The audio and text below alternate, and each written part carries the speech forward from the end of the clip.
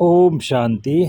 आज की मुरली 18/4/2025 की मुरली का सार। बाबा ने कहा, मीठे बच्चे अपने ऊपर रहम करो, बाप जो मत देते हैं उस पर चलो तो अपार खुशी रहेगी, माया के श्राप से बचे रहेंगे। प्रश्न, माया का श्राप क्यों लगता है? श्रापित आत्मा की गति क्या होगी? उत्तर, बाप और पढ़ाई का ब्रैकेट में ज्ञान रत्नों का निरादर करने से, अपनी मत पर चलने से माया का श्राप लग जाता है। दूसरा पॉइंट, आसुरी चलन है, दैवी गुण धारण नहीं करते तो अपने पर बेरहमी करते हैं, बुद्धि को ताला लग जाता है, वह बाप के दिल पर चढ़ नहीं सकते। ओम शांति। रूहानी बच्चों को यह तो अब निश्चय है कि हमको आत्म अभिमानी बनना है और बाप को याद करना है। माया रूपी रावण जो है वह श्रापित दुखी बना देती है। श्राप अक्षर ही दुख का है, वर्षा अक्षर सुख का है। जो बच्चे वफादार फरमान बरदार हैं वह अच्छी रीति जानते हैं, जो न फरमान बरदार हैं वह बच्चा है नहीं। भल अपने को कुछ भी समझे परंतु बाप के दिल पर चढ़ नहीं सकते, वर्षा पा नहीं सकते। जो माया के कहने पर चलते और बाप को याद भी नहीं करते, किसको समझा नहीं सकते, गोया अपने को आप ही श्रापित करते हैं। बच्चे जानते हैं माया बड़ी ज़बरदस्त है, अगर बेहद के बाप की भी नहीं मानते तो गोया माया की मानते हैं, माया के वश हो जाते हैं। कहावत है ना, प्रभु की आज्ञा सिर माथे। तो बाप कहते हैं, बच्चे पुरुषार्थ कर बाप को याद करो तो माया की गोद से निकल प्रभु की गोद में आ जाएंगे। बाप तो बुद्धिवानों का बुद्धिवान है, बाप की नहीं मानेंगे तो बुद्धि को ताला लग जाएगा। ताला खोलने वाला एक ही बाप है। श्रीमत पर नहीं चलते तो उसका क्या हाल होगा? माया की मत पर कुछ भी पद पा नहीं सकेंगे। भल सुनते हैं परंतु वो धारणा नहीं कर सकते हैं, न करा सकते हैं, तो उसका क्या हाल होगा? बाप तो गरीब निवाज है। मनुष्य गरीबों को दान करते हैं तो बाप भी आकर कितना बेहद का दान करते हैं। अगर श्रीमत पर नहीं चलते, एकदम बुद्धि को ताला लग जाता, फिर क्या प्राप्ति करेंगे? श्रीमत पर चलने वाले ही बाप के बच्चे ठहरे। बाप तो रहमदिल है, समझते हैं बाहर जाते ही माया एकदम ख़त्म कर देगी। कोई अपघात करते हैं तो भी अपनी सत्यानाश करते हैं। बाप तो समझाते रहते हैं, अपने पर रहम करो, श्रीमत पर चलो, अपनी मत पर नहीं चलो। श्रीमत पर चलने से खुशी का पारा चढ़ेगा। लक्ष्मी नारायण की शक्ल देखो कैसे खुशनुमा है, तो पुरुषार्थ कर ऐसा ऊंच पद पाना चाहिए ना। बाप अविनाशी ज्ञान रत्न देते हैं तो उसका उनका निरादर क्यों करना चाहिए? रत्नों से झोली भरनी चाहिए। सुनते तो हैं परंतु झोली नहीं भरते, क्योंकि बाप को याद नहीं करते, आसुरी चलन चलते हैं। बाप बार बार समझाते रहते हैं, अपने पर रहम करो, दैवी गुण धारण करो। वह तो है ही आसुरी संप्रदाय, उनको बाप आकर परिस्तानी बनाते हैं।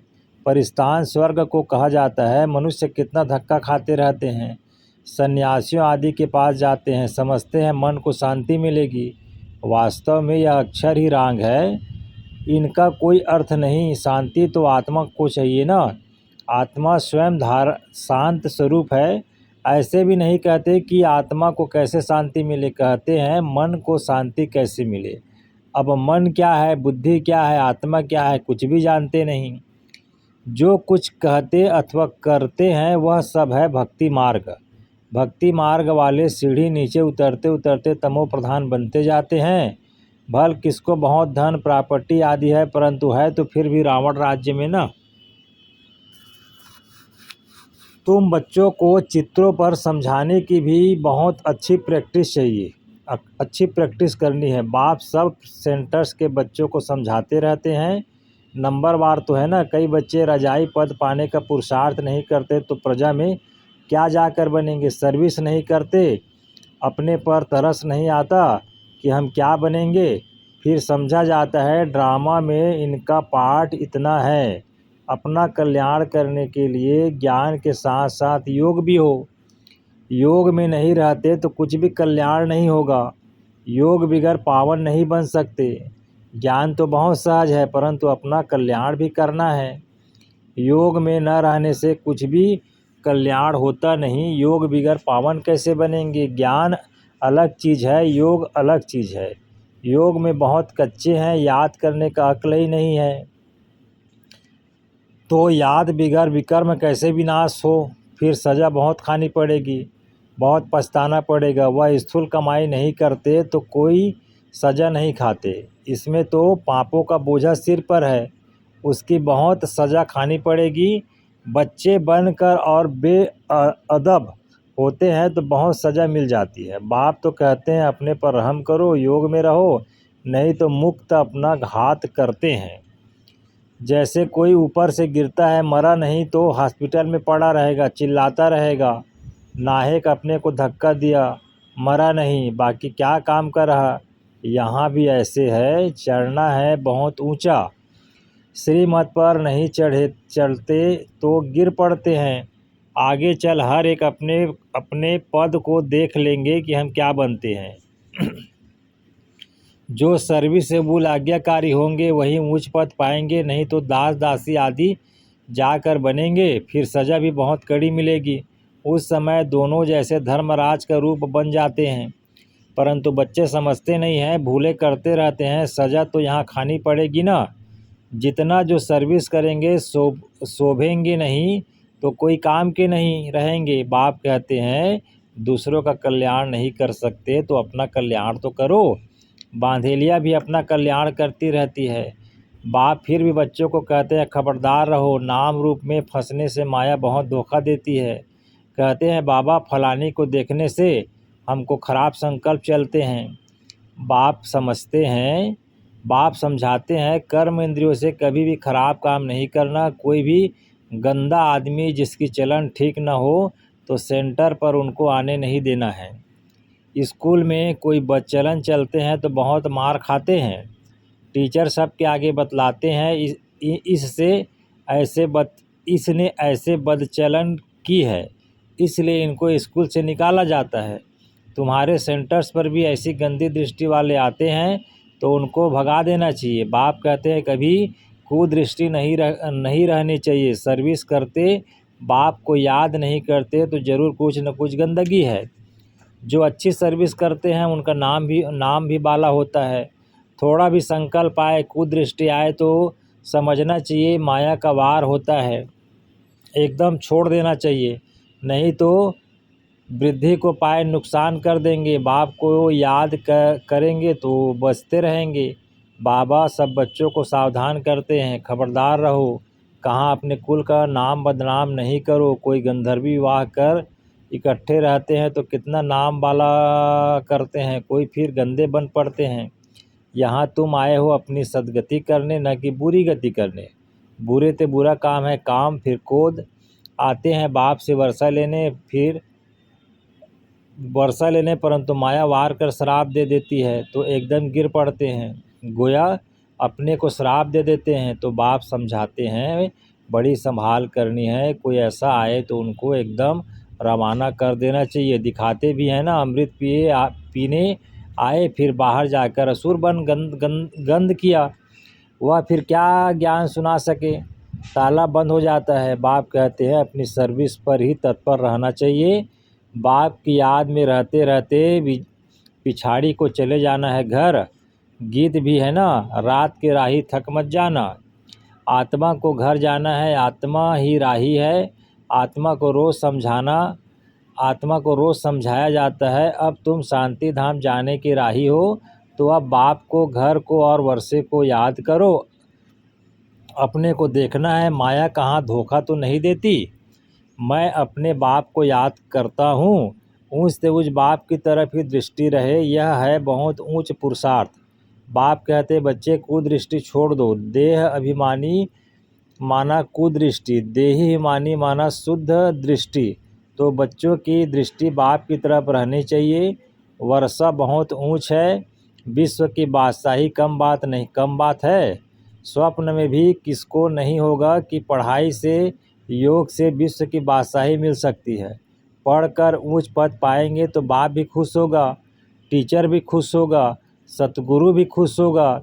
याद करते रहेंगे तो बाप की पुचकार देते रहेंगे। बाप कहते हैं बच्चे यह खामियां निकाल दो, नहीं तो मुफ्त नाम बदनाम करेंगे। बाप तो विश्व का मालिक बनाते, सौभाग्य खोलते हैं। भारतवासी ही 100% सौभाग्यशाली थे, फिर 100% दुर्भाग्यशाली बने हैं, फिर तुमको सौभाग्यशाली बनाने के लिए पढ़ाया जाता है। बाप ने समझाया है, धर्म के जो बड़े बड़े हैं वह भी तुम्हारे पास आएंगे, योग सीख कर जाएंगे। म्यूजियम में भी टूरिस्ट आते हैं, उनको भी तुम समझा सकते हो। अब स्वर्ग के गेट्स खुलने हैं, झाड़ पर समझाओ। देखो तुम फलाने समय पर आते हो, भारतवासियों का पाठ फलाने समय पर है, तुम यह नाले सुनते हो, फिर अपने देश में जाकर बताओ कि बाप को याद करो तो तमो प्रधान से सतो प्रधान बन जाएंगे। योग के लिए तो वह चाहना रखते हैं, हठ योगी सन्यासी तो उन्हों को योग सिखला न सके। तुम्हारी मिशन भी बाहर जाएगी। समझाने की बड़ी युक्ति चाहिए। धर्म के जो बड़े बड़े हैं उन्हों को आना तो है, तुमसे कोई एक भी अच्छी रीति या नॉलेज ले जाए तो एक से कितने ढेर समझ जाएंगे। एक की बुद्धि में आ गया तो फिर अखबारों आदि में भी डालेंगे। यह भी ड्रामा में नूंद है। नहीं तो बाप को याद करना कैसे सीखे।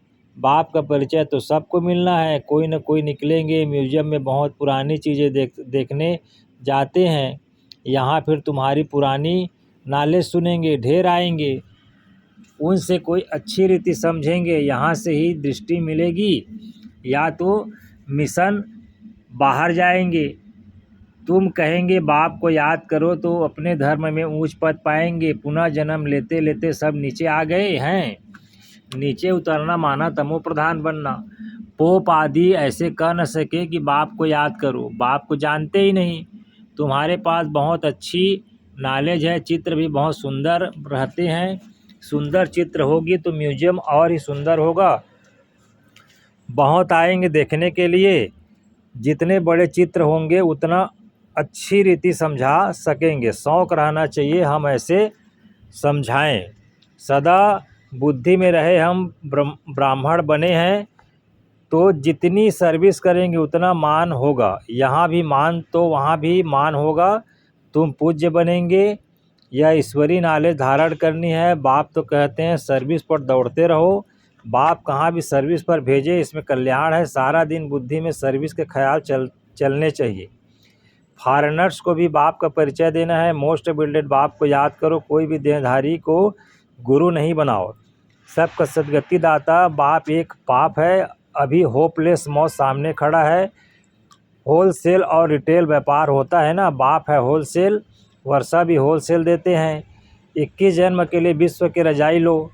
मुख्य चित्र है ही त्रिमूर्ति, गोला झाड़, सीढ़ी, विराट रूप का चित्र। और गीता का भगवान कौन? यह चित्र तो फर्स्ट क्लास है। इसमें बाप की महिमा पूरी है। बाप ने ही कृष्ण को ऐसा बनाया है। यह वर्षा गॉड फादर ने दिया। कलयुग में इतने ढेर मनुष्य हैं, सतयुग में थोड़े हैं।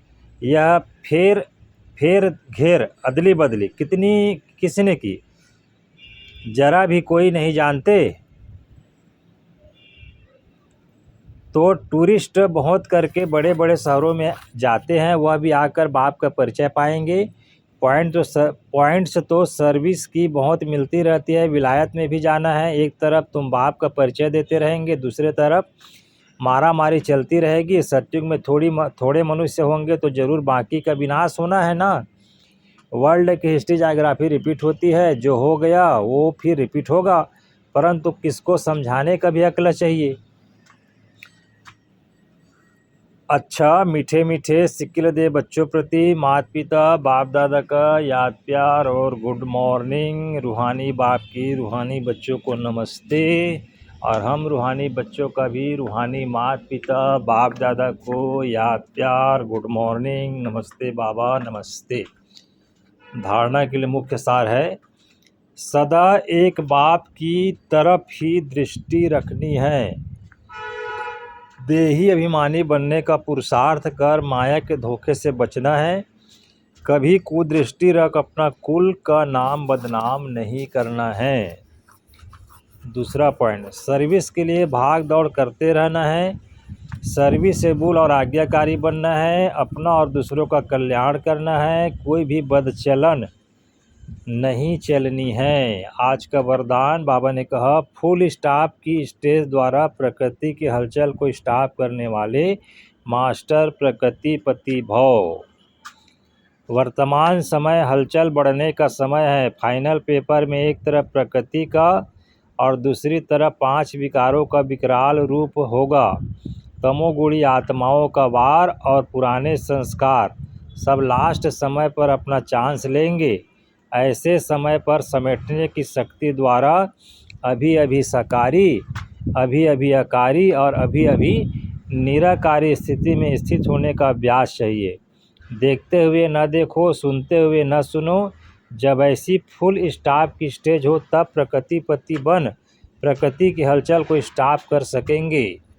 स्लोगन, निर्विघ्न राज्य अधिकारी बनने के लिए निर्विघ्न सेवाधारी बनो। अव्यक्त इशारे, कंबाइंड रूप की स्मृति से सदा विजयी बनो। सदा यही स्मृति रहे कि मैं रूह उस सुप्रीम रूह के साथ कंबाइंड हूँ। सुप्रीम रूह मुझ रूह से रूह के बिना रह नहीं सकता और मैं भी सुप्रीम रूह के बिना अलग नहीं हो सकता। ऐसे हर सेकेंड हजूर को हाजिर अनुभव करने से रूहानी खुशबू में अविनाशी और एक रस रहेंगे। अच्छा जी, ओम शांति।